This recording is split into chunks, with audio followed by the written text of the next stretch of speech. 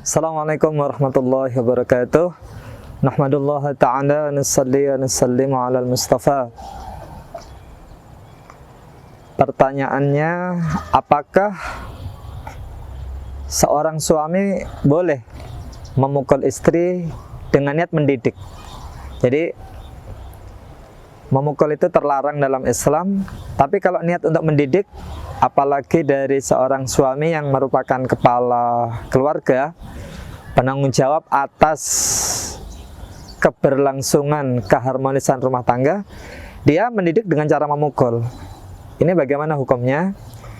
Sebenarnya ini bukan hal yang baru dalam pertanyaan kita sebagai seorang laki-laki memperlakukan istri kita dengan niat menduduk, dengan niat mendidik, tapi dengan cara memukul. Sebenarnya kalau dilihat dari urutan mendidik, memukul ini adalah jalan terakhir. Dan ini kalau misalnya pesawat itu dia itu pintu darurat. Dan pintu darurat itu kan nggak boleh dibuka kecuali pada kondisi darurat juga. Namanya juga pintu darurat. Kebolehannya itu adalah jika pertama ketika istri kita nusuz, non shin ya, jadi nusuz pakai za. Ketika istri kita nusuz membangkang kepada suami, maka pertama kali yang harus dilakukan oleh seorang suami dengan menasehatinya baik-baik. Perkataan baik-baik menunjukkan sebisa mungkin ashiruhunna bil ma'ruf. Sebagaimana pesan Allah kepada semua suami, ashiruhunna bil ma'ruf, mempergauli istri-istri itu dengan cara yang ma'ruf. Ma'ruf itu mengandung kemaslahatan, mengandung kebaikan dan mencari solusi. Itu ma'ruf. Secara agama baik dan secara akal juga baik, itu namanya ma'ruf.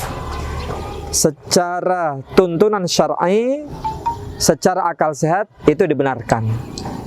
Maka ketika nasihat yang baik-baik ini pun ditolak oleh istri, maka yang kedua solusinya adalah dengan berpisah tempat tidur. Suami di kamar depan, istri di kamar tengah, suami di kamar depan, istri di kamar belakang, atau dibalik, istri di kamar depan, suaminya di kamar tengah atau di kamar belakang. Yang mudah-mudahan dengan cara dipisahkan seperti itu, istri merasa kesepian. Dia merasa bahwa ternyata ketika sendirian itu tidak nyaman loh. Bahwa ketika saya disendirikan itu ternyata mendatangkan kegalauan. Nah, maka dengan adanya kegalauan, ketidaknyamanan, itu diharapkan istri kemudian berubah bahwa penting, adanya suami itu penting. Tapi kalau dengan berpisah ranjang itu pun juga tidak berubah, maka suami diperkenankan memukulnya dalam rangka mendidik istri tersebut dengan 4 syarat. Pertama, tidak boleh bagian muka. Bagian kepala itu tidak diperkenankan untuk dipukul. Jadi suami tidak boleh memukul pipi, memukul telinga, memukul hidung, kepala bagian belakang.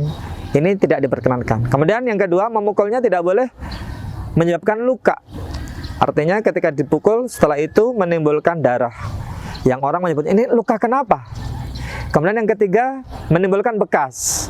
Karena kalau menimbulkan bekas berarti mukulnya keras itu. Pukul sampai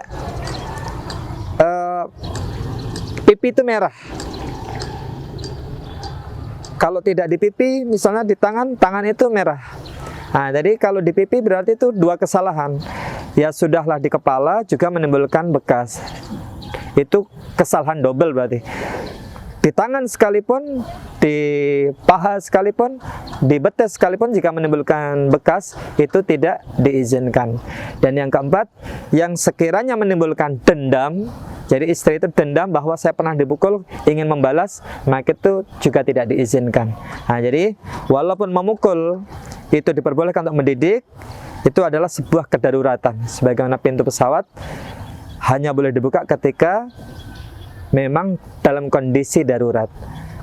Itu pun dengan syarat tidak di kepalanya, tidak menimbulkan luka, tidak menimbulkan bekas, juga tidak menimbulkan dendam bagi pasangan kita. Jazakumullah. Assalamualaikum warahmatullahi wabarakatuh.